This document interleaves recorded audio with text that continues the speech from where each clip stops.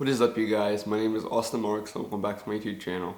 So my channel, I talk about respiratory therapy, respiratory school, and I also talk about personal finance a little bit. I also am the admin of a Facebook group called the RT Club for those who are already respiratory therapists, people who are in respiratory therapy school now, or those looking to aspire respiratory therapy. So if you want to be part of that community, make sure you go join that Facebook group and ask questions, get to know things. Well, anyway, in today's video, I'm going to be talking about extubation. So I can't really talk about extubation if I don't talk about intubation a little bit. So what is intubation? So intubation is when we put some kind of artificial airway into the mouth, and generally it goes down the trachea. However, there are some that sit right above the trachea and the esophagus as well. So there's a couple reasons why we would want to intubate. So number one, the patient is not breathing on their own. So let's say they had a lot of trauma, they're in shock, they're just knocked out. So therefore, they're not going to be breathing on their own, therefore they're most likely going to die, so therefore we put in that artificial airway. Another reason we do this is if patients are having a seizure or they're puking and they can't protect that airway, we do not want anything going down into the lungs that shouldn't be there, so therefore we will put an airway in to protect the lungs as well. Now those are just two reasons. I'm going to make a whole video talking about intubation itself. However, let's get right into extubation. So we intubated the patient, they're on the artificial airway, they're on the ventilator or the life support.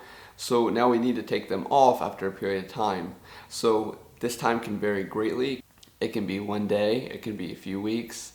It honestly all depends. So most times we can't just pull the tube out after the patient starts waking up a little bit for a variety of reasons. I'm going to talk about that in a little bit. But many times we will have family members of the patients just say, why not you just take it out? I mean, he's awake. It doesn't work that way. I have to tell the family member, why would we pull the tube if I feel that we may have to put it right back in? So we could pull the tube out and the patient couldn't breathe on their own. Maybe they can't handle their own secretions, so therefore they're at a risk of aspiration and getting stuff down in there. We definitely do not want that. So we want to take all the precautions that we can to make sure that we only have to do this once. So like I said, we only want to do this once. So therefore we generally want to do a few tests to make sure that we can actually pull that endotracheal tube or the artificial airway out. So generally we will also do a wean or a spontaneous breathing trial. I'm going to talk about this a little bit. However, I'm also going to talk about why not to do it. So we shouldn't do it if the patient is hemodynamically unstable, so their blood pressure is very low, or maybe they have a neurological status that just isn't there. They're not following any commands, not opening their eyes. Why would we pull the tube if they're not even listening to it? We won't wean if the patient is still on a lot of sedation or a lot of pressors, just because once again, we don't want to have the fear of taking the tube out and putting it right back in. We also won't wean if the patient is on pretty high vent settings. So what I mean by this is if the patient is on a PEEP of 12, if the patient is on a tidal volume of like 24, 26, or if the FiO2 is still at 100%. Why would we wean if the patient isn't where we want them to be? So for example, looking at that PEEP, normal PEEP is 3 to 5, so we're at a PEEP of 12, what sense does that make? So a spontaneous breathing trial is when we put the ventilator in a certain mode where it gives very minimal support to the patient. So what I mean by this is the patient is basically breathing through that artificial airway. It's kind of like breathing through a straw. I know it sucks. I tell patients this all the time. This is the hardest part. You get past this and we can take that tube out. So basically the patient is breathing on their own. However, the ventilator is giving a little bit of support. So it's giving that PEEP, that extra pressure that the patient needs to keep the airways open, and then every time the patient takes in a deep breath, the ventilator will push a little bit more air in, so just kind of open up the patient a little bit more, allow the patient to take a bigger breath, make it a little bit easier for them. Now I can control how much of a breath the ventilator is going to give. Basically, I want to do this depending on how the patient's doing. So if they're having a hard time, I may increase it. However, if I have to increase it too much, that's generally a sign that the patient is not ready to be extubated. So I just talked about all the reasons as to why we're not going to wean.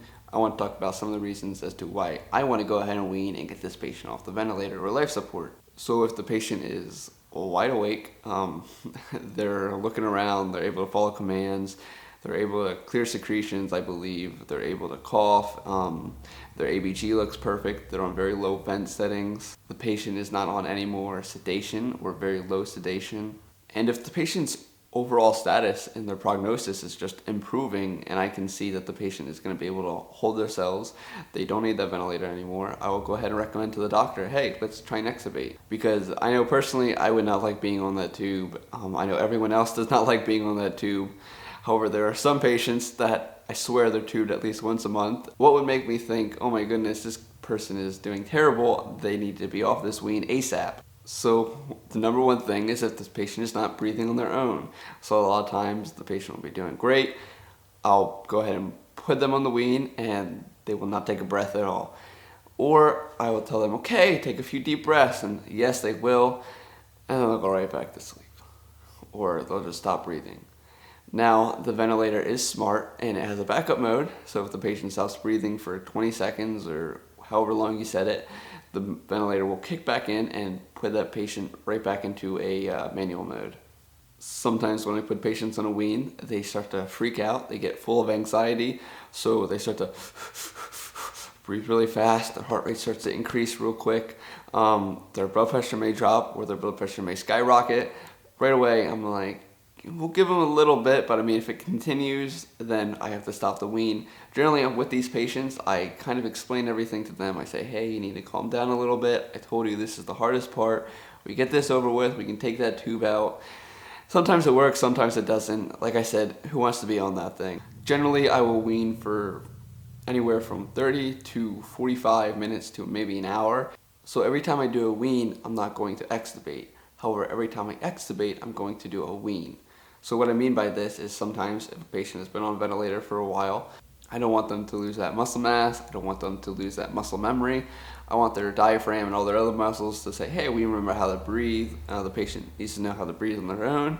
And if they haven't been doing that for a week, the body kind of gets used to that. So I don't want that. So sometimes I will put them on a wean for 2 hours, maybe even longer, depending how their patient's doing, just because I want them to work.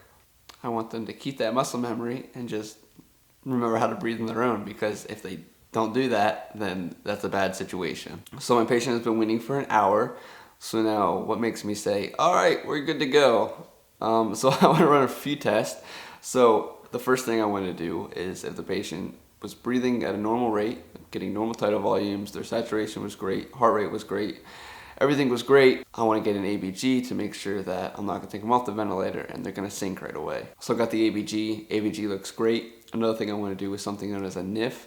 NIF stands for negative inspiratory force. So this is basically how much the patient can inhale. So can they inhale a lot, or are they taking a little kind of baby breath? So I will tell the patient, hey, it's going to feel like you're breathing against a closed circuit. However, just take a big breath in the best you can. And generally, I want to have the patient breathe in against a force of -20. So for those of you who don't really know what this is, it's kind of like a vacuum. So when you suck in, it's a negative force. So as long as they get a pressure of -20, then generally they have enough muscle mass and muscle use to go ahead and take a big breath. Another test that we may do is something called the cuff leak. So what I'll generally do is take the Yankower or the little suction thing, stick in the back of the throat, kind of suction everything out, and then I will deflate the cuff, make sure the patient can actually breathe around the cuff, and if they do great, that's awesome. I'll inflate the cuff, explain to the patient what's going on, and then I'll extubate. Something else I can do is something called as RSBI or RSBI. So this stands for Rapid Shallow Breathing Index. So this is basically the frequency divided by the tidal volume in liters. So if a patient's breathing at a rate of 20, I will divide that by 0.45. So that would be a tidal volume of 450 or 450 milliliters. And then generally I want the patient to be under 100 or 110. Studies have shown that if the patient is under this, now this is not the sole indicator, so like I said, I want to do all these other tests. I want to make sure the patient actually can breathe on their own. So some tests I mentioned were the spontaneous breathing trial, RSBI, the NIF, I want to get the ABG to make sure that looks great, and the cuff leak. There may be a few others. If any other respiratory therapists do anything else for extubating, please leave it in the comments so other people can kind of see what they do. So I did all my stuff. I did the spontaneous breathing trial. Patient looks great. He passed all the tests, so time to get that tube out, right? So I want to tell the patient exactly what's going on. I will say, hey, you passed all the tests, you did amazing, we're going to go ahead and take that tube out.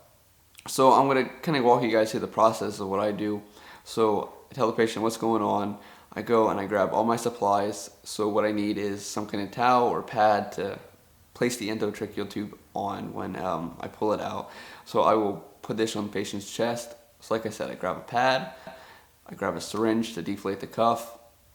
I'm going to get all my suction ready, and I will also get a nasal cannula or some kind of oxygen device to put on this patient as soon as I pull the tube out. So I have everything set up. I have my suction ready, I have my oxygen device ready, I have the towel placed on the patient's chest, that way when I pull the tube out I can put it right on that, and then I'll also have my little syringe ready, that way I can deflate the cuff. So I'll start unhooking the ET tube holder, and then I'll kind of hold the tube, and then I'll explain to the patient. I'll say, so we're going to take the tube out, now I'm going to count down from 3. I'm going to say 3, 2, 1, and when I say 1, I want you to take a big breath in. So then that's what I do. I say 3, 2, and then on 2 I deflate the cuff, and I say 1, and the patient takes that big breath in, which kind of opens the airways a little bit more, allows me to take the ET tube out easier. And then when I say 1, I take the ET tube out, I place it on the patient's chest, and I get my suction ready right away. And then I'll also suction out the patient's mouth. I'll tell them to cough up a bunch of stuff, and because I don't want the patient to aspirate, so I'll make sure that I get all that stuff out. Another thing that I forgot to mention is before I do any of that, I will go ahead and inline suction the patient to get anything that may be sitting there, just to also kind of make it a little bit easier for the patient once they take the tube out. So fantastic, we got the tube out, right? So I put the oxygen device on, I wrap everything up, I throw the ET tube away. So sometimes if the patient has an OG, I pull that out as well. And then patient's good to go, right? Now we gotta check on a few things. So one thing that is very important to look for is stridor. So this would be inflammation in the upper airway. So I generally will grab my stethoscope, take a listen to the neck, maybe right where the vocal cords are, make sure there's no swelling, no inflammation. So if you pull the tube and this patient starts making this really weird noise and it's coming from their neck, think stridor. So what can I do for stridor? So a few things you can do. You can give racemic epinephrine through a nebulizer. You can give steroids to kind of reduce some of the inflammation. Or if it's really bad, you can even do Heliox, because intubation or reintubation is sometimes necessary. However, sometimes it's not always the easiest to do because those vocal cords are very inflamed and you're not going to have a very clear access. So if the stridor is really bad, I would reintubate right away. Call anesthesia, call the doc. If you can intubate at your facility, do it. So sometimes if a patient has a history of COPD or they have a history of just not doing very well with extubations, I will go ahead and put them on a BiPAP right away. So sometimes I'll do this with heart patients just because they're still very weak, still not taking big deep breaths, and that's something we really want them to do, is take these big deep breaths.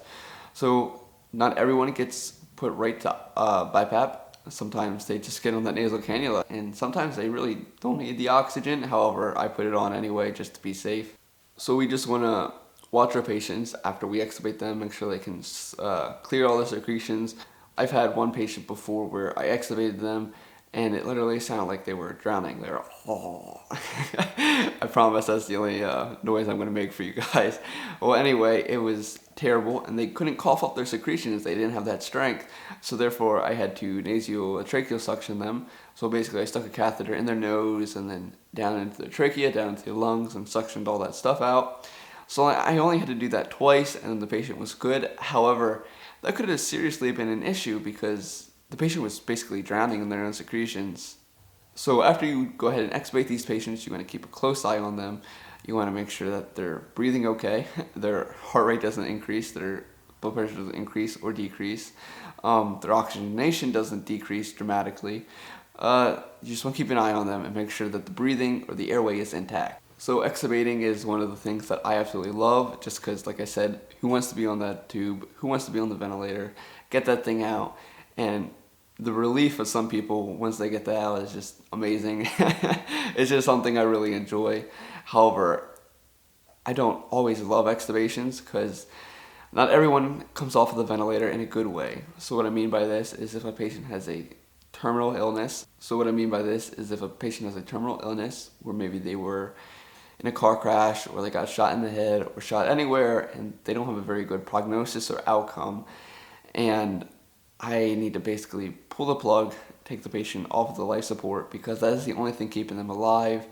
And the family or the patient themselves decided, I do not want to live like this, so I will take the tube out, and the patient will stop breathing on their own, and they will die. So this is kind of like a compassion thing. So like, I want to make sure the patient has what they want, their wishes, their will, because I don't want to put them through something that they don't want to be. And who wants to be living on a ventilator for the rest of their life? Well, anyway, guys, I hope you enjoyed this video. I hope you found it helpful. If you have any questions, please leave it in the comments. I know this was a bit of a longer one, but it is what it is. It's great information. So, see you in the next one.